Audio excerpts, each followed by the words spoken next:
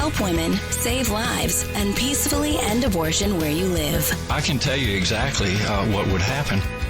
The infant would be delivered. The infant would be kept comfortable. The infant would be resuscitated if that's what the mother and the family desired. You were serious about that? Be inspired to change hearts and minds by joining over 1 million volunteers taking part in the global movement happening in your neighborhood. She says, pray that I can get through this abortion. And I said, oh, no. So she went ahead and went into the abortion clinic. When she just came out, she told us, I'm not going to get the abortion. We just had a baby saved. So we had a baby saved in Memphis today. Praise the Lord. This is the 40 Days for Life podcast with your host, Sean Carney. Hello, and thank you for joining us today on the 40 Days for Life podcast. I'm Sean Carney, the president of 40 Days for Life, and your host for this podcast, which is dedicated to helping you end abortion where you live. And men are waking up to the reality of abortion, not just because we say that they are, but for the first time this year, we saw a Gallup poll showing more men identify, not as women, but as pro-life men. And so that's good news. And we are going to break it down why that is. Did the election impact that? Why women want more men involved in the pro-life movement, even though this is a women's issue and men should just shut up and not have an opinion on it. And so we will discuss that all today. Somebody who has always, especially recently, identified as a man is Mr. Steve Carlin. We're supposed to introduce Heather first sometimes by request and demand of the listeners. And I identify as a woman, so. Yeah. The request of the listeners doesn't always go answered. Oh, okay. And sometimes God's greatest prayer? God's greatest gifts are unanswered prayer. And sometimes the podcast's greatest gift is unanswered requests. But we have answered a lot of requests from many of the listeners. So that's just not one of them. So today. Less than a minute. Oh, I forget y'all's little countdown. You know, that I would have been, it's gotten to where, like, in my house, I'm doing the dishes and I'm talking like Trump and I don't realize it and the kids are, like, laughing at me. But I would have done that even if he didn't get elected. Like, I think this has been going on for a long time. For sure. Did you hear what he just said? He doesn't even know that he's doing the Trump voice. That's pretty bad. I have a friend. The Trump voice is so useful when you're raising kids. Don't talk to me about curfew. Don't talk to me about curfew. Go to bed. Go to bed right now. Go back to Univision. I have a priest friend who has a pretty good Trump voice. It's not as good as yours, but nobody's is. But he's got a pretty good Trump voice, and he had to quit doing it because he started slipping into it in homily. Oh, gosh. The Pharisees, they're very bad. They did a lot of bad things. And they got all these laws. No one could keep up with it. Jesus, he did a lot of good to the Pharisees. He put them in was their ready place. for that. Yeah. Oh, my gosh. Okay. I don't know how we got off on that. I do. Do you have any other listener feedback for Got some us? listener feedback. We got some feedback on our podcast series that we recently did about the 10 pop culture phenomena that were good for our culture and That was a while back. and that were bad for our culture. We've got one from Henny who said, I watched This Is Us up until the last season when I got annoyed with life choices. It started good with adoption and family and then gravitated with a young girl's acceptance of being gay, a previous abortion that was secret, and finally a divorce so she could marry someone else.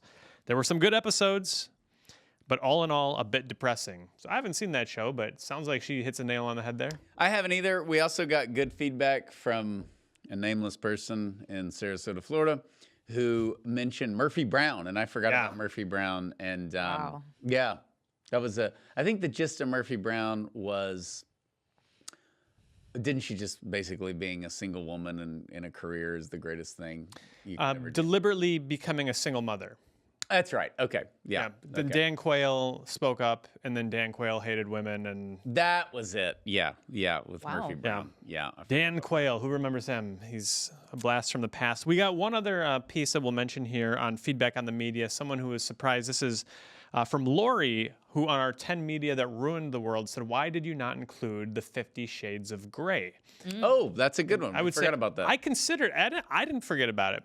Steve has read it and seen the movie. I didn't like the way that came off. No, That's right. I've seen it in English and Spanish. I thought about putting it in, and I didn't think it was worth like. Same. I didn't want to dignify it. And maybe we're just naive, but I didn't want to dignify it. I didn't want to give it credibility. I also, I had a pro-life friend who kind of told me about it. He's like, "Do you know this like book that all these suburban women are reading and all that?" It just felt like a media thing. Yeah. Like, I don't know a woman who's read that. Maybe they're lying and they all read it. You do. I do. So that was a real thing. Like 50 Shades of Grey, like everybody took off. It was like The Shack. It's like everybody had to read it and it was controversial. And I just thought it was like hyped by the media.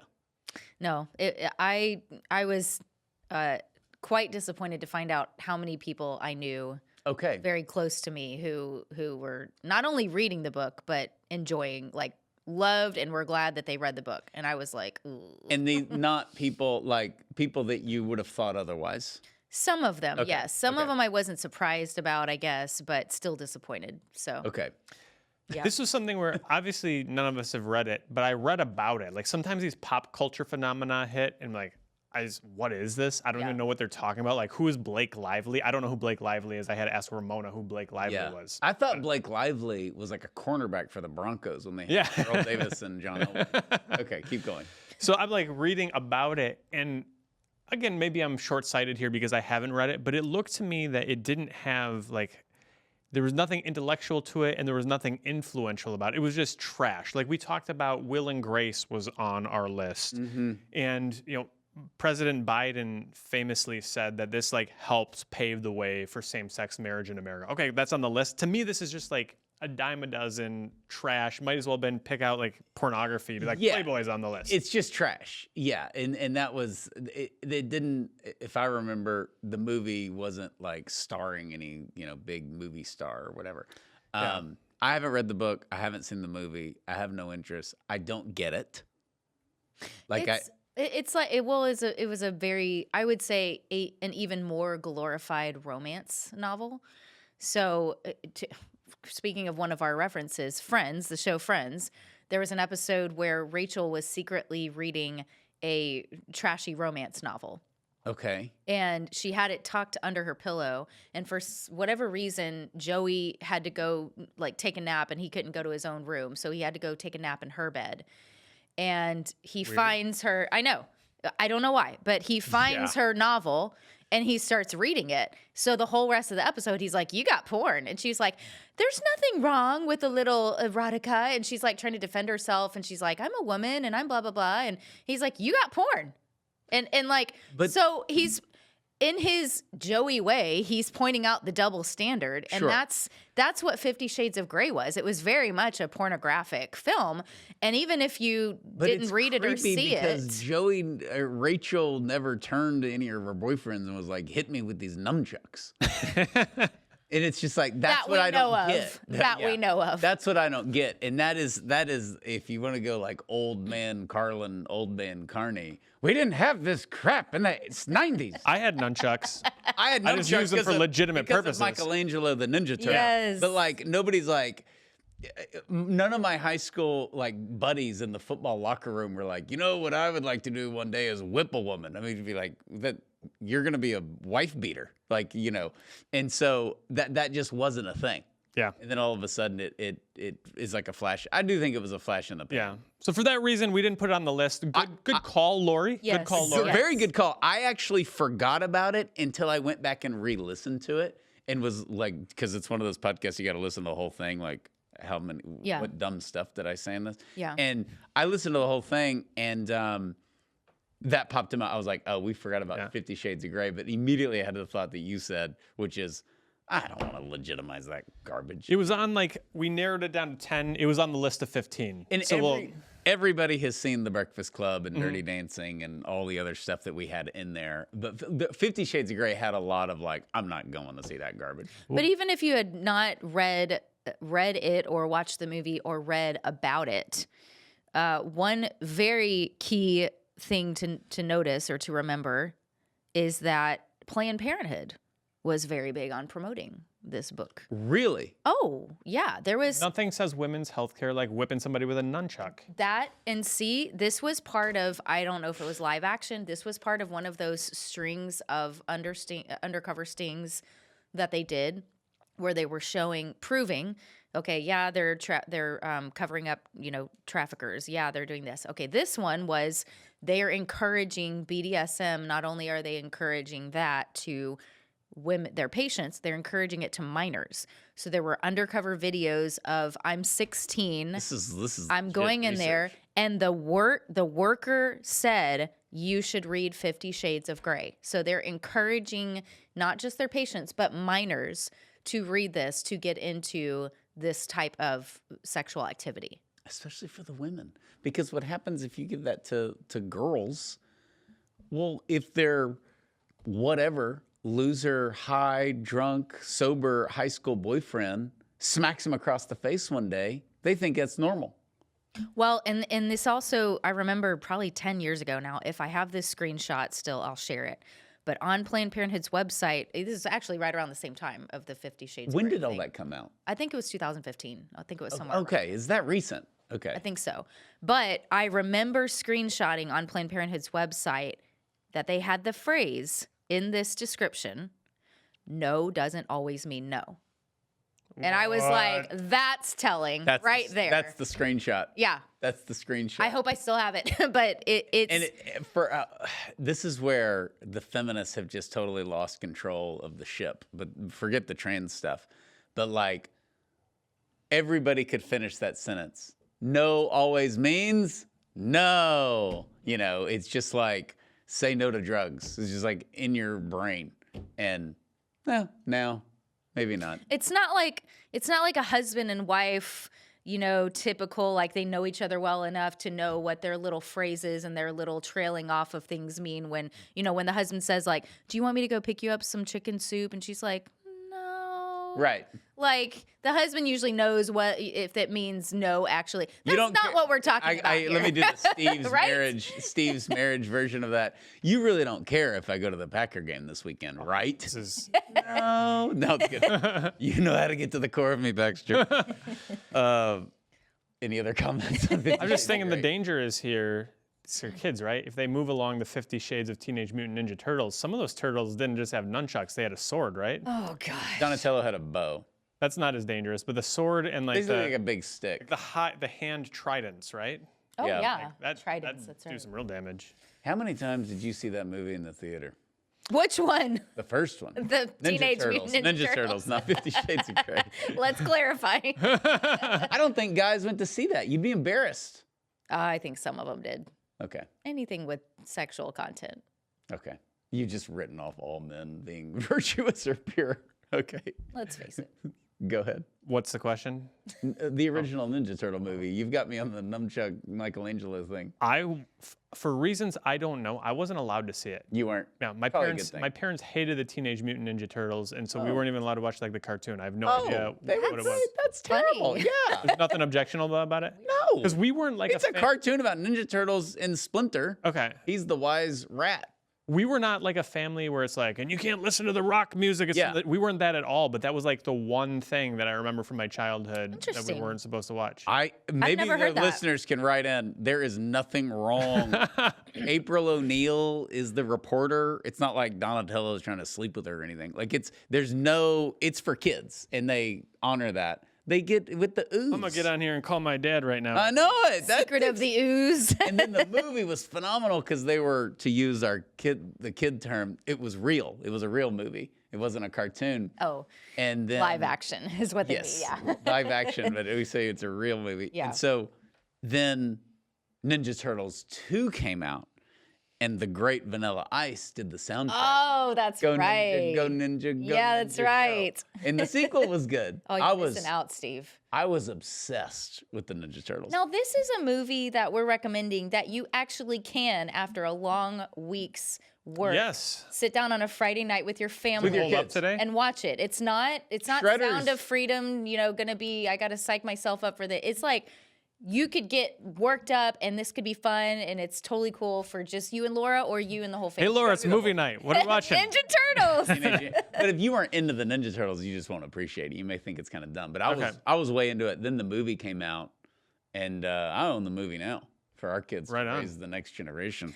That could go with, I loved this movie as a kid, and then I watched it 20 years later, and wow, this movie was so dumb. But you didn't have the first part, so just watch it and see. But I watched it as a kid, and it was great. I watch it now, and it's amazing. I haven't seen it since I was a kid, so I want to go back and watch it. It's funnier now because it's some of the costumes. Less stuff goes over your head. You're like, how long does it take Shredder to get dressed? He's got all this junk on him. And like Splinter is just like, I don't know. We must be wise in all decisions. And you're like, is he Japanese? Why is he in a robe all the time? Doesn't have any clothes? Does he have lung cancer or throat cancer because he kind of talks weird?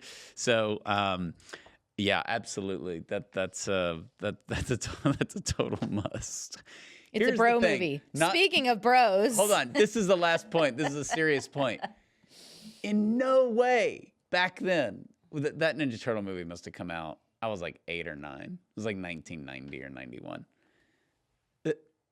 No one's thinking about like, are they going to have a gay character?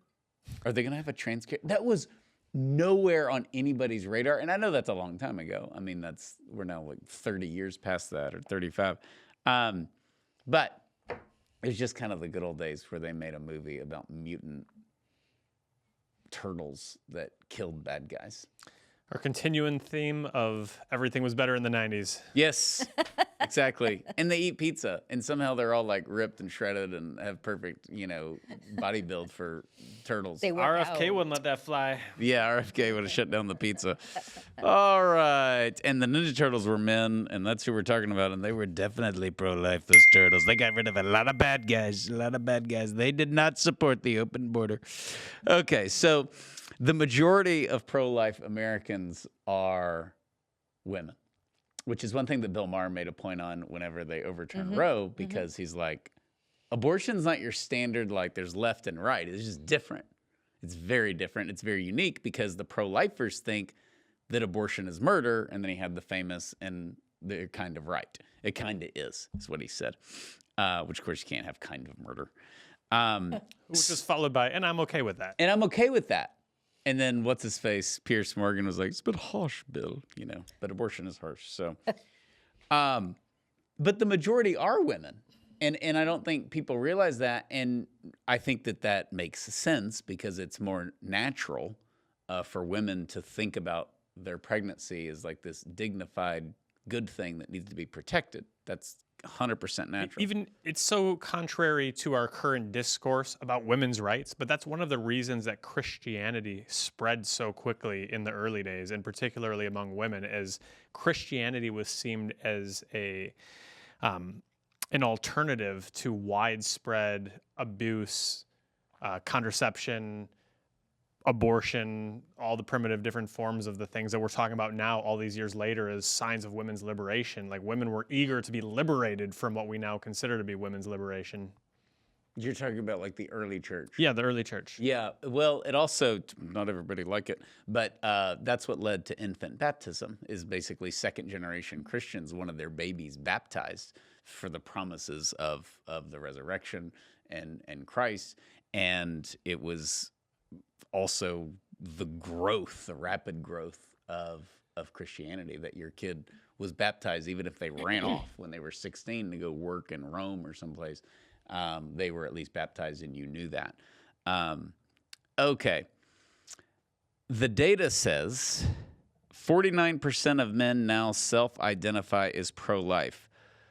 This is the second straight year that number has increased. Just 45% of men identify as pro-choice.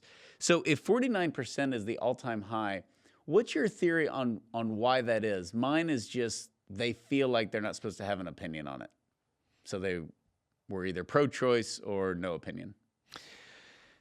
It's interesting. I think there's a lot of different reasons for it, but we've seen something that's quite troubling, which is this sort of divide of the sexes politically, where they're going different ways. And you've got J.D. Vance talking about the cat ladies, and you've got men who are in some cases red-pilled, and there's this like wild divergence between men and women. And here we see men actually catching up to women and becoming more pro-life.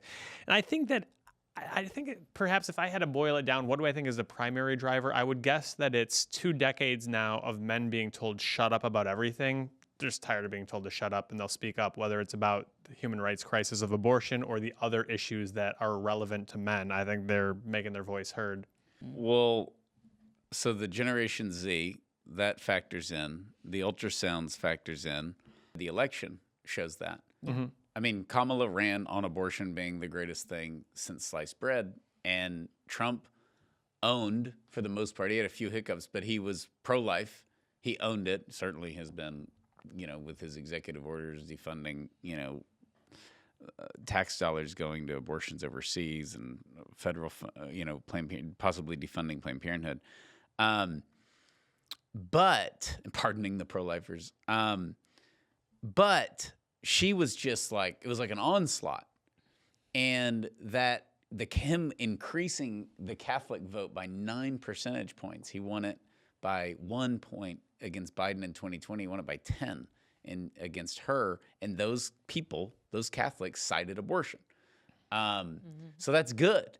And that also means that you can just ram any issue down the throat of people and eventually they will come around, except for being pro-abortion. Trump actually did this with immigration in 2016 because it's like, oh, it's another politician talking about immigration, or, where he's like, they're sending all their murderers. And he just said it over and over again. And then eventually immigration became a political issue, which he pointed out in one of the primary debates in 2015. He said, we're only talking about this because of me, because none of these Republicans would ever do anything about it. And that's a fact, whether you like it or not. That was like his exact quote. And that was true. 100% true of why the debate, immigration took so much up of the debate. So that can happen. Obama did it with healthcare brilliantly. Bush did it with national defense and, finishing the job in Iraq and all that. Even though his popularity was down after the invasion and he was running in 2004, he still won. It didn't happen with being pro-abortion. It could have. If it was ever going to happen, it should have been then. It's after, the fall of Roe, but it didn't. If you want to do an autopsy on the 2024 election, it all points back to the 2022 midterm election, because that's when we had, $5 gas. It's when we had inflation at 9%. It was fresh on the heels of the Afghanistan withdrawal. Every sign, every indicator, every poll, everything suggested that the Democrats were going to get wiped out. And then Roe's overturned, and they're like, that's all we got. We're going to cling. We're going to cling to abortion. And lo and behold, the Democrats did pretty good in that election in 2022. And they're like, this is great. We got our whole plan. We're going all in, everything on deck. All indications were that Biden was not going to run for re-election. And then they did great in the 2022 election. So he stayed in the race. Obviously, that turned into a disaster. I mean, you can go back, you can look at the New York Times the day after the November elections, and you'll find stories about Democrats have found their issue. Abortion is the winning issue. And I was kind of worried they were right. I think everybody was kind of worried. And turns out there's a shelf life on stuff. People don't have that long of a memory. But we did say that early, because I was obviously afraid it's going to be 24, but I was like, this has a shelf life, and 2024 is a long ways away, and that means that the fall of Roe is going to be way in the rearview mirror, and they'll celebrate their abortion victory, but then we'll get into 2023 and go into 2024, and things will get worse as a country, and it'll create an environment where it's like, okay, yeah, I kind of voted on abortion, I was wound up, but that's old news, and everything really sucks right now, so I'm going to just vote common sense. And that's what happened in 2024. Overwhelmingly, and it wasn't close. So I do think that is part of it. The other backlash is the woke stuff. Yeah. I think we have this phrase called toxic masculinity, which we've been hearing about a lot over the last few years, which is basically we fully endorse toxic masculinity T-shirts. Yes, apparently. Yeah. I saw those in the store. The 40-day store. That'll get women over to the fence. He's not serious. Got the little angel guy wings over the O in toxic. Toxic. Tox. But what it turns out, if you break down toxic masculinity, what we're really talking about is men being bad men. So there's obviously traits that women have and that men tend to have. And that's what it used to be. But today, it's simply you are a man. It's just you're a man. You're a man. That's what I mean. It's just you're a man, and anything that is at all remotely promoting something that men can do better than women is automatically toxic masculinity. Like men are stronger and can do better in certain sports. Well, yeah, duh. That's just natural law. Like, there's really nothing we can do about that. But that's now toxic masculinity. And that doesn't mean there's anything wrong with women. To point that out. Yeah. Right. It doesn't mean, it is not putting down women. But because, yes, we have had a culture in many cultures for many decades and centuries where women were put down and women were by class seen as unequal and in many other ways. And then we got to the sexual revolution and the women's movement. And the response was, instead of pointing out, no, women are equal in value and women have worth and what women can do is equal value to what men can do, it was, let's push down men to make ourselves be put on a pedestal, which this is a book recommendation. This is actually outlined really well in a book called Subverted, which we've talked about, I think, over a year ago on the podcast, by Sue Ellen Browder. Look it up, check it out. She used to work for Cosmopolitan magazine in the 70s, and she was familiar with Bernard Nathanson and some of the other people that were all part of that, and how all of a sudden the abortion movement hijacked the women's movement, because the women's movement did not start out as being pro-abortion and trying to make ourselves more like men to be equal to men. But I think because of that, and because, like you said in the very beginning of the podcast, this is a women's issue. That's what we've been told. You guys, you shouldn't even be on this podcast. This should just be lady panelists, quite frankly. Yeah. Because you're men and you shouldn't have a say on this. we're lady panelists, which is obviously your title according to the viewers. You were a DEI hire. She's like, but I worked here before. I worked here before. Yeah, I worked here before. Before DEI was even a thing. But that has really hurt our culture so badly that men really do and really have for decades felt like, I cannot speak up on this because this is and I've heard that so many times from men in my life, from just people in general. I can't talk about that because it's a woman's issue. They're afraid. And I guarantee you, if you go, almost guarantee, if you are, let's say, because this happens to me a lot, you're on a plane, you're in an Uber, the driver starts talking to you, the driver's a male, at least looks like male, and then asks a bunch of pro-lifers in the Uber, what are you guys here for? Or what do you guys do? And you start talking about, oh, well, we, work for the pro-life movement, or we try to help, whatever it is, you try to help women in crisis pregnancies. They will automatically say, oh, well, I'm for women's rights and I'm okay. And this will happen. And then what happens is we actually say, like, well, abortion is actually very harmful for women. And do you know that, the data shows that women are higher rates of going to the emergency room with the abortion pill, and there's failed health inspections, and you start giving them, and then they kind of are like, oh yeah, that's really, I'm definitely for, protecting women and really, then they start like changing what they said to try to appease you. And it's like, we have emasculated men so much that they can't rise to their masculinity and their manhood because we've been pushing them down so much. And now that means I have to bow down to the throne of so-called women's rights in the abortion industry. But a lot of men don't care or have never cared. I just think more men now are like, I don't care. It's been shoved down my throat. So it's like, whatever. I think since Trump got reelected, there's a certain degree of like, we're just not doing this anymore. We're not doing this anymore. Like the whole like Elon thing, like did he like do he's like waving people? Was he saluting Hitler? And no, we're not doing this anymore. We're not playing that game anymore. There are differences between men and women. It starts early. I look at like, it can be at church on Sunday, and I saw my son, who's, I think at the time he's like 3 or 4, and like he pushes this other boy, and the other kid gets up and punches him, and I run over to break up the fight, but they're laughing and they hug each other. Like, this is just the way boys are. It's not toxic. We love to run into each other and collide each other, and we insult our friends. I bet you don't probably insult your friends that much, Heather, but. Well, out of the election, which you brought up, when you go through the stats of what happened, how did this happen? For me, the most shocking stat is that Trump won 40% of the women 30 and under.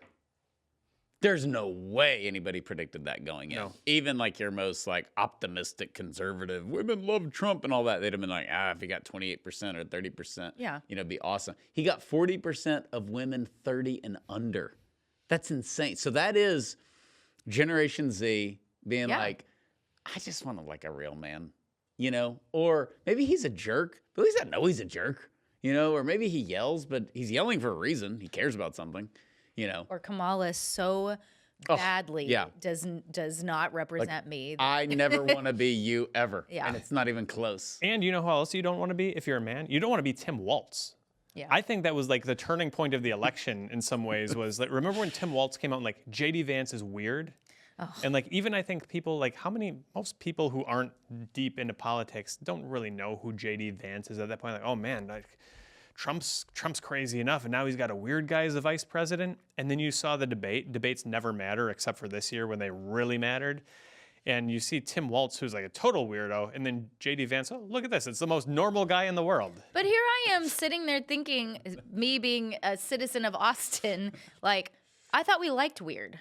I thought that was the thing. Keep Austin weird is a thing for a reason, because liberals want to be. That's the whole point of what a lot of liberals do, the way that they present themselves and the activity that they do. It's because it's weird and it freaks conservatives out, and that's why we like it. So that, to me, I was like, is that an insult? Because I'm not here. I'm not understanding how that's an insult from your perspective. We will never hear from Waltz ever again, which I think everybody is fine with. It's like Hillary Clinton's running mate. Do we remember what his name was? And like a lot of people, they would be asked that and they like have a moment. Is it Tim Kaine? Tim Kaine. It's like he was just kind of an anonymous guy. Like Tim Walz was like, hey, like you got a bunch of theater kids in a consultant room and like, how do we appeal to men? I know, let's give Tim Walz a gun and a camo hat. And he doesn't know how to shoot the gun. Yeah. He doesn't know how to drive a truck. The funny thing about after the debate. With all due respect to theater kids. With all due respect to theater kids. My son is one. Yeah, I have 2 daughters. So and I was too. My whole, like, the funniest fallout from that was Trump's done this once with Biden. He's done it with a few people over the years, but the memorable ones are like with Biden, and he did it with Waltz, where he takes this tone like he's like a relative, and he's like super concerned. And it's so funny because he's like, did you see Tim Waltz? Something's very wrong. Something's very wrong. What's wrong with that guy? He's a strange fella. I think we need to have him tested or something. And it's just like so condescending, but you're just like, he's like, what is wrong? And he has this look on his face like he personally will take him to the therapist, have him diagnosed. Oh man. As the Growler said, what's his name? Who's the country guy? Growler. The Growler. Trace Atkins. Oh, yeah. As he once sang, you're gonna miss this. I think there's something that appeals to men too, in that I'm gonna go philosophical here if you don't mind. I'll try to keep it quick. We had really since Obama this idea of like we're going to create a technocracy, like, oh, we'll just create this super complicated technical healthcare plan and that will like solve things. And everything is going to be, we're going to build the system. And now we're kind of back to like whatever you like or dislike about Trump, or like obviously Elon has some problems, but it's kind of, they're kind of. Well, Elon keeps impregnating everyone. Yeah. Well, that's the truth. I know that was the problems you were referencing. We're gonna go to Mars. He's gonna impregnate the Martians. Be careful. But I think I want to acknowledge that, but at the same time, they're kind of a throwback to what I think appeals to men's best nature. Like they remind me, they kind of remind me of the guys you read about from 100 years ago, where they'd like go to college at 16, win a national championship in college boxing, go to World War II and shoot down 8 German planes. Then they come back and be a movie star and then like a business tycoon. Like there's something that about these guys who they're just doers. They're going to go get things done. They're going to take out obstacles. I think that inspires men. And in this case, I think it's inspiring some men to reclaim, like, look, I don't need to be a wuss here and say like, well, whatever you choose, I can actually lead. Yes. Yeah. There is thankfully a reverse and a calling to men to lead their families, which is good. They should be leading their families. That's scriptural. Not dictating, but leading in the way that Christ calls us to, in the way that he leads the church. And we should mention here, too, this sort of trifecta of media now with Daily Wire, Joe Rogan, and Jordan Peterson, all three of whom encourage get married, don't marry, crazy person, be a man, raise kids, be a good dad. You know, and I know Joe Rogan's like totally secular, and Jordan Peterson is flirting with not being, I guess. But, you know, it's very structurally, you will be happy as a man if you finish high school is the first. Finish high school, don't sleep with everybody you encounter, get married, you know, younger, have children. And, you know, be responsible. There's still gray area because I pay close attention anytime any of them say something like that. And there's, with the exception of probably Ben Shapiro, because he is very religious and he is very pro save sex until marriage. And Matt Walsh. In Matt Walsh, yeah. And Michael Knowles. Like all of them, not so much. Well, and even Ben Shapiro, when he would say this early on, he wouldn't specify do not have sex before marriage. He would specify don't have kids before marriage. And I think that kind of feeds into the sexual revolution. Sex is separate from marriage. Yeah. So you can, you know, graduate, you know, find your way, experiment, but just make sure you don't get pregnant or that you impregnate somebody. So are you saying, but Ben Shapiro now is saying he's more saying save sex from it. Before he would not specify that. And in fact, he was pro birth control, at least in general, not for his family, but he evolved. Yeah, I think he has. I think he's seeing what the numbers are showing that birth control, like he's finally opening his eyes to the effects that birth control has had on the family. Well, and just sociologically speaking, I've heard all of these groups of people we're discussing say, look, if you are married and you have children and you simply don't get divorced, that's the only thing. You just don't get divorced. Like your happiness, your chances, Matt's talked about this, your chances of your kids being a criminal, like all these things just fall away. Yes. Just immediately. If you never get divorced and you're married, and then of course you can toss in, you have dinner together twice a week, and it all skyrockets. You know, you pray together, you know, all these things just sort of skyrocket of like, you're not going to have a whole lot of problems that the world has to deal with. You're far less likely to have severe issues like that. And I mean, we joke about like Elon, but all that, but like he's the richest guy in the world. He's got a lot of power. And you're like, it just seems like a headache. Like he's got all these kids, how many lawyers, how many, you know, all that stuff. The new baby mama is like tweeting at him on Valentine's Day. By the way, we had a kid, world. Yeah, like you're just sitting here going, I don't want his life. You know, I mean, I guess it sounds cool. You invented electric cars, but what a mess. But yeah, by no way would we look to him as a moral compass for family. I'm very glad that he's very pro having children. Well, he's the smartest man in the world, so he knows we're in a demographic winter. He's recognizing. I just don't like his method of populating the world. Exactly. Grabbing people off the street and impregnating them. Exactly. Making sure his bloodline continues many branches. What woman is like, I don't think I could get to him.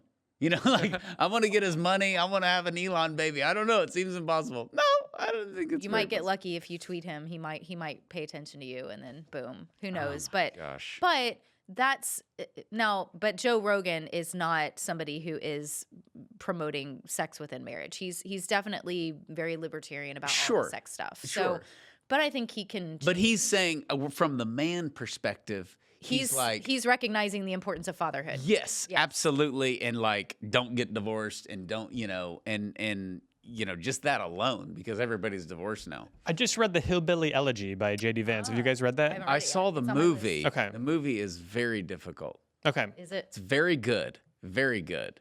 He's got a great premise where he's kind of talking. He's like, look, this is written in 2015, I want to say. Something like that.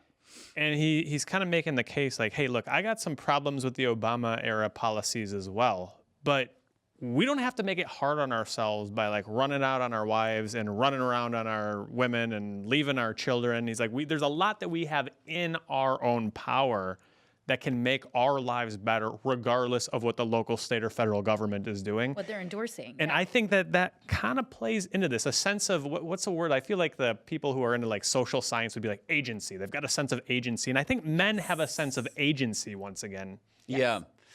Well, and just getting your crap together. I mean, sometimes you just have to be told that as a man. So this kind of comes down to the like, wake up in the morning and make your bed. Like we're extrapolating the make your bed philosophy out. But the phrases, get it together, man up, like own it, just man up and move on. And it's a good way to move on from a mistake. It's just like in our spiritual life. Like if we're just dwelling on our sins and and it's like, own it, ask for forgiveness, forgive yourself, move on. Across the country, there are anti-drunk driving billboards, and they say, real men don't drive drunk. Like, good message. We need that message. But I live in Madison, so the billboard says real people don't drive drunk. Oh. Doesn't translate. Because all of your women are drunks.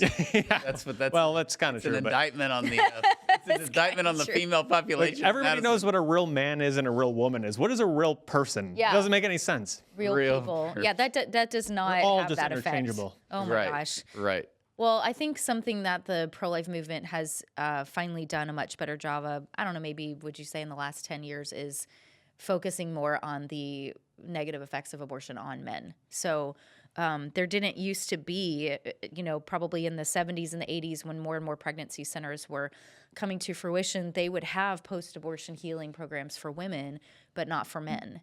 And now almost every center that has a healing program for women will also have a healing program for men as well. And that's something that is needed. There's a demand for it.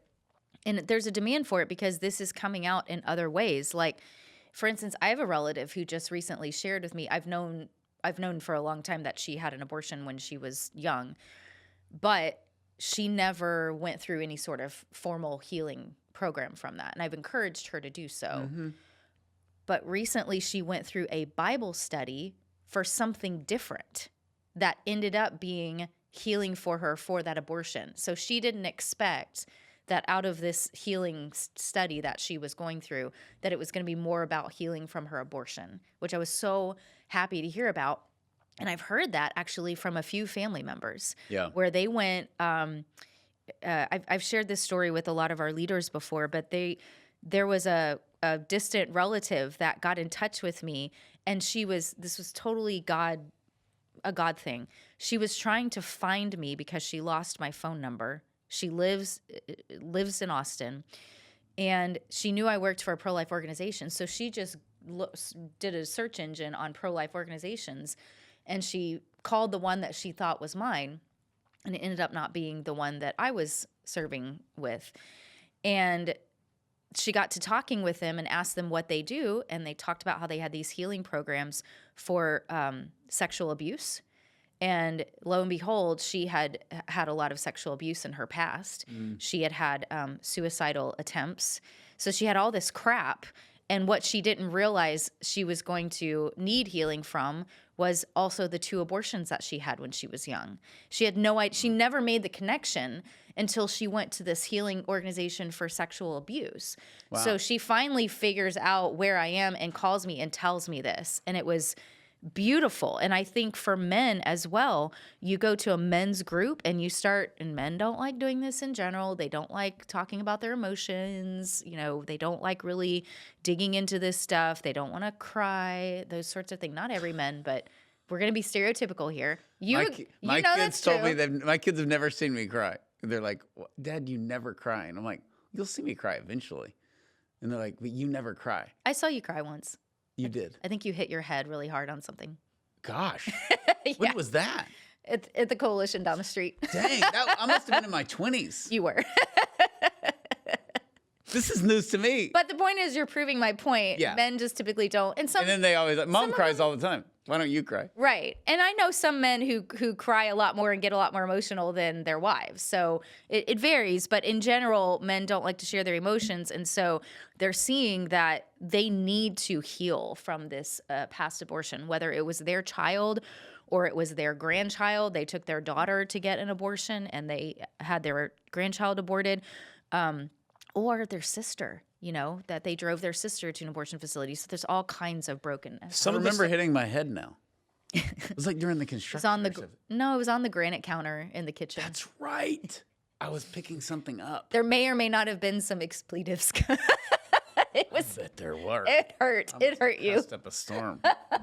Some of what you're talking about, Heather, with the men not wanting to talk about it, it's kind of like our lizard brain thing. Like the men don't look at each other in the eyes because there's like an assertion of dominance, that sort of thing. So I've seen like some of the post-abortion healing training will suggest like if you're going to talk to a man about this, like it's a good idea, go for a walk together, and then you're both facing away and you're not staring each other down. It's just kind of interesting how that's very good. That works. But I think it makes sense though what you said about it drawing. It's just like. That's why I encourage I know Abby does retreats, but whether it's abortion workers or women who have had an abortion who haven't been through healing, go on a retreat, go on a silent retreat. You go on a silent retreat, a well done silent retreat. Whatever's wrong with you will come out.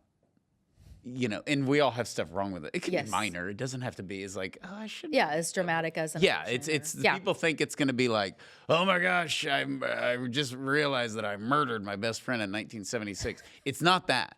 It's just you allow the Holy Spirit to work in you. It's like this Bible study this lady went to where you hear post-abortive women, they'll say it's surfaced, and we all have that. We all have sins, and it's like, that I need to get rid of that. It didn't even have to be a sin. It could just be a tendency or whatever. You're like, I need to get rid of that. And that will surface on a good retreat. So I think that makes sense. And whether you go for sexual abuse and all of a sudden you're highlighting the abortion, this happens, I think, with a lot of people who go through divorce. Yes. Because we've done such a shameful thing in our culture where we've just widespreadly accepted it. Yeah. And it's fine. And it's like, we got to get rid of shame. Not with everything. Like shame is healthy. It's like a, check engine light. It's like guilt, it's just that shame is external. Guilt is from within. And if somebody's like, you shouldn't have done that. We just hate that. It's like the worst thing you can say to somebody because you're shaming them. But now it's like, I met a guy once. Anyways, I won't go into details, but we were working on something together and he's like, yeah, I've been divorced 5 times. Oof. And I was like, oh, wow, and he's like, yeah, I don't get it. People like freak out. And he was like 60 years old. And he's like, I don't know what people want me to do. Like, I'm not proud of that, but like just wallow in it and all this. And I couldn't resist. I said, well, maybe not get married. I was like, after 4 divorces, are you nervous about your current marriage? And he didn't get offended because he was older and I was like 25 years old. But he was like, I guess that's a good point. I never really thought about that. Like my current wife is in danger of being divorced. I said, much higher. She's like, yeah, I wanted to be like, it's not like people go to the beach and not everybody gets eaten by a shark. Yeah, but they're like, if they're in a little tank with one shark, they may get eaten by a shark. Bleeding. And they're bleeding. Yeah. And so it was just kind of one of those where he was so casual about it. And I didn't want to shame him, but I was like, this guy doesn't really think anything. He thinks the problem is everybody else thinking he's, how in the world could you get divorced? It's similar to abortion, where abortion supporters will be like, this is so good, we'll help you get the abortion. But when you walk in and you say, I've had 6 abortions, they're like, give me a break. What's wrong with you? They are like, what, And a term that's, I think, even better than emotional is vulnerable. Men don't typically tend to like being vulnerable. And it's kind of the suck it up mentality. Like, yeah, I'm hurting from that, but I'll just deal with that. Let me push back on that. That used to be the case, but now vulnerability is used as a weapon. It is. I'm being very vulnerable with you, and you are. Yeah. This is the trans people. They've ruined all the real, authentic feelings because they've weaponized them to get what they want. Yeah. Yeah. I am broken, I'm hurting, and you are judging me, and I am vulnerable, and all these like words. That's true. And it's like, you're a mess. This is where I think that the toxic masculinity discourse has overshot because men are naturally wired to correct each other. Mm-hmm. And that is seen as toxic masculinity. Like, oh, you're calling me out. Yeah, men should call each other. I can think of a guy where one time I said something that was just out of line. I was just being thoughtless, but I said something that was out of line and friend of mine said, you know what, Steve, you're usually pretty on point, but this is a miss. Like, you shouldn't have said that. Like, get with it. And you said, I don't believe you for a second. No, I said like, oh, you're right. I'm sorry. That was a bad move. And I think we've got to be able to do this. I was in a men's group, and there was a younger man, like in his early 20s or whatever, and he's talking about something, and he's concerned about it. And I'm glad that he had the freedom to do it. And I said, look, that's just immaturity. That's not an insult. You're young. You'll grow out of it. Yeah. Don't worry about it. And I think because in many ways, the ways that men correct each other do not match the ways that women communicate with each other. But we've been labeled as toxic, so that means we're supposed to handle our business more like women do, and it doesn't work. Right. Yeah, and hopefully all men, and it's sad if they have experienced getting called out by other men who care about them, or who they at least respect. And that's happened to all of us. Those are our best moments. And if you don't, then you end up with a spoiled, entitled, know-it-all, intolerable punk or baby, just a whiner. And that's the thing. It's like telling your kids no. You know, if you do it all the time, then it's just like, oh gosh, you know. But there's perfect opportunities to say yes and perfect opportunities to say no, and there's good opportunities for, you know, I don't like calling people out, but I do worry about like the next day or week. Like, I didn't say anything to that. And that was the thing with the divorce guy. Like, I called as a Christian to kind of defend marriage, and he was a Christian leader. And so it was just kind of a weird thing, you know, where I was like, how is that? You know, how's that working out for you kind of deal? But I think we have to say something. Men don't thrive unless we have some friction, some resistance in our lives. And there's not a culture of resistance right now. Let's grease the skids all the way through, and people can slide right into hell if they're not careful. We need some pushback from time to time. Well, women have been waiting for this. So what's the woman response to men being more pro-life? Most women have been waiting, not just for men to stand up for true women's rights and the rights of their children and protecting women and men, but what goes to that in general of being the man and the leader of their household. And again, if you have a biblical understanding of that, then you have the proper understanding of that, not the dictatorial women are only meant to be, you know, wearing long Victorian style dresses, barefoot in the kitchen, and they shouldn't speak and they shouldn't do all these things. But with all due respect to the Victorian dresses and women who like to dress elegantly. Of course, and women which is who great. Like to wear flip-flops and are maybe good cooks. And what was the last one? And barefoot and pregnant in the kitchen. Yeah, barefoot and pregnant. Yes. But for that communication to happen openly in a marriage and in a relationship in general, and let's say if you're out in public and a man is treating your wife improperly, standing up for your wife or your girlfriend, like not automatically just hauling across and punching him. I mean, sometimes that's necessary, but like standing up, saying that's not okay, get away, don't treat her like that. Opening doors for women is really okay. I am not offended and I'm actually like, oh, that's very nice of them. Whether or not it's a man or a woman, but I appreciate when a man does that because he kind of sees like, I should do this. I'm a man. I didn't know that was a thing. Hating that was a thing until a few years ago. Oh, yeah. Oh, it's insulting if a man opens a door for a woman in some places. But in Texas, and certainly where I was raised in East Texas, if you didn't open the door for a lady, you're a total scumbag. Yeah. We would have gotten like reprimanded as kids. Yeah. You know. I love seeing dads teaching their little boys young, like open the door for mommy, open the door for your sister. Like I think that's really sweet, and that's where it starts. And like ladies you have going to get first. Yeah. Like in line for food, ladies first. You know. Not that if it doesn't happen at some point, the world is going to end. But yeah, just kind of defaulting to that. No, but yeah, elevating women. That's Yes. what it does. It elevates them. You're serving the woman, you're serving your wife or your daughter. And Steve points out that men have been the problem for generations. I would say they have been part of the problem for generations, but women also have, because pretty much Christopher West says this really well. It seems like at some point in the 80s or the 90s, women were looking at the situation and saying, well, if we can't beat them, join them. So it's totally cool to be as sexually promiscuous as men, and we should be able to do that. And one-night stands are totally great, and let's brag about them and create whether or not they're real stories or not. Let's create articles in Cosmopolitan in Teen Cosmo that teen girls are reading about so that we can make it cool to be as irresponsible as men have been for decades. This is the cringy country music song. I like a girl who gets drunk with mead. You know what I mean?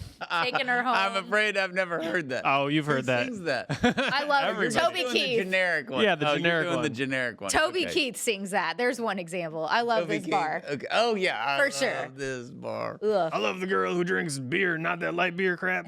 A lot of songs. Or she's my whiskey girl. Whiskey girl. There we go. Country music has a bit of a drinking problem. I think so. There's Trucks. a couple of other songs. Trucks, tight fitting jeans, and drinking. Those are your top. It's like the formula. They have the formula for making praise and worship music and the formula for making country music, and boom. But that's like American 101. You have like these conservatives. What's this guy? Is it John Rich? Mm-hmm. Okay. Save a horse, ride a Ride cowboy. Yes. You know. Yes. So, okay. Goodness. Oh, gosh. God bless Donald Trump. Okay, so the last point, which we've saved, is what a waste of time this podcast has been. The reality is no uterus, no opinion. So, real quick. Number one, the male-dominated abortion industry would collapse. Most abortion facilities are owned by men, and most abortion Abortionists. doctors are men. Also, most pro-abortion politicians are men. The other thing, That's because there's not enough women in politics. right? Ooh, that's the response. You also remove the opinion of the men who are forcing or coercing a woman to have an abortion, and they never get turned in. Which is not a rarity. Yeah. That's one of those things where we make that point. It sounds like, oh yeah, I'm sure there's a case here or there. There's a lot of them. Yep. Widespread. Well, or you have to say, which is what the abortion industry says, all those women are lying. They don't regret it. They regret it later. They got Trust Jesus. all women. Believe all women. Yeah. Except for those who regret their abortions. Yeah, no, don't trust women when they regret their abortion. The other thing is just how dumb this is, that we simply don't do this with any other issue. Our whole thing is that we're inclusive and that all genders' opinions matter on every topic, no matter what. You know, you think that men shouldn't be in women's locker rooms? Well, what about the men that want to be in those locker rooms? You know, what about them? They're trans. They got a ding dong, and you know they feel called to be in the women's locker room. What about their opinion? We only do this with abortion, and it's very, very restricted to that. And so You can't have an opinion on abolition of slavery unless you're a plantation owner who owns slaves. exactly. Yeah, you try to grow cotton on 3,000 acres in Alabama, Buster. See how it works without slaves, huh? No plantation, no opinion. 100%. And of course, we'd be remiss. I don't without- endorse that. We don't have those No. shirts in the store. No plantation, no shirts. opinion. We have to point out it's not no uterus, no opinion anymore. It is not your uterus, not your opinion, because some women that are actually men don't have uteri and should still have an opinion. I think I need a graphing calculator to follow this. I'm not saying you're wrong or that it's a bad point. Yes. I fell off the wagon at some point. Yes. Yeah, there's a lot of things. Yeah. So this is the only issue we do that with, and that's why I think a lot of men are ignoring it. And it definitely ties into how we started, which is men are tired of everybody saying, you know. I remember I thought Trump was going to win the whole time. Okay. And I did in 2016. But this go around, I was like, there were a lot of strange things. And he had kind of a rough September. And I remember I was coming out of Mass and I was talking to this guy. And they had said, how do you feel? I said, I think he's going to win, but I don't know. Like it's his to, he could blow it. You know, it's his to ruin. He you know, I forget what had just happened in September because he had a great October, but September there was some weird stuff going on. And this guy was like, it doesn't matter. All the men are going to vote for him. And I remember thinking that's sort of common sense, but if all the men vote for Trump, he's going to win, right? And so that darn near happened, but what they didn't expect is that young people would vote for him, and they really didn't expect young women would vote for him. And married women. Married women. So I'm not saying that the Trump thing led to being pro-life. What I am saying is that the election in general allowed men to be like, I think I can give my opinion and the ground beneath me is not going to fall out and I'm going to go into some black hole. It sort of provides us a little petri dish where we can do our research. And the election, this podcast is not about the election, but it gives us some real solid data points that we wouldn't otherwise have access to. And to Heather's point, the feminists have attacked masculinity. They've also attacked femininity, which a lot of men like. And it's like, well, if Kamala's the standard of woman in America, I'm good. You know, I'm going this direction, which is away from you. So, anyways, please leave your comments. And we covered a lot in that on the YouTube page if you're listening. Also, be sure if you still listen to audio only, which is great, and the majority of y'all do that. Please rate and review it on Apple. It helps all of our numbers and gets the podcast in many, many different places. So be sure to do that. Rate and review the podcast. Thank you, Steve. Thank you, Heather. And we will see you next time. God bless you.